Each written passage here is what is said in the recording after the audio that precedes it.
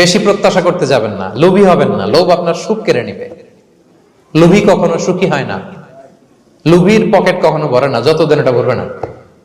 লোভী হব আমরা না। অতিরিক্ত প্রত্যাশা করব না, অল্প প্রত্যাশা করবো। I'm not talking about the goal. Goal should be bigger and higher. But I'm talking about expectation. বেশি এক্সপেক্ট করা ভালো না। খুব প্রত্যাশা নিয়ে রাখছেন, কিছু পান নাই, দেখবেন যে কষ্ট লাগবে, ঠিক কিনা? আর কোনো এক্সপেকটেশন নাই, এরপরে যেটা পাবেন ওইটাই লাভ। যেটা পাবেন ওইটাতেই ভাল লাগে, সুখ লাগে। এজন্য এক্সপেকটেশন যেন বড় না হয়। বেশি খাই যেন না করি।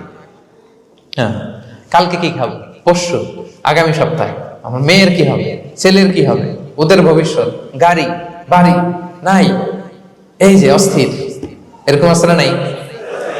আজকের জন্য বাঁচুন, আজকের জন্য বাঁচুন, কারণ আগামীকালের তো জন্মই হয়নি। আগামীকালের জন্ম হয়েছে, এটা কি আজকে না আগামীকাল? আজকে হ্যাপি হন, আজকের জন্য বাঁচেন, আজকের জন্য প্ল্যান করেন।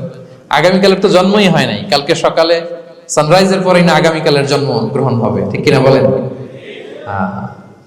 তাহলে প্রত্যাশা কমান, হ্যাপি হবেন আপনি।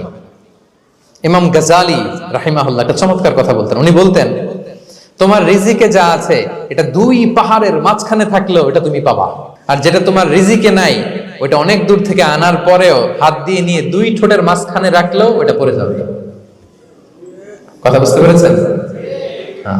আপনি মাঝে মাঝে অ্যানিমেল কিংডম অথবা জিওগ্রাফিক্যাল চ্যানেলে দেখবেন যে বক মাছ শিকার করে কিভাবে অনেকক্ষণ লুকিয়ে থাকে, হুট করে একটা মাছ ধরে, ধরার পরে মাছটা বাঁচার জন্য ছোটাছুটি করে, বকটাও কামড় দিয়ে এমনি ধরে অমনি ধরে, পরে যায় আবার ধরে, আবার পরে যায় আবার ধরে, সবশেষে মাছটা টুক করে পানিতেই পড়ে যায়।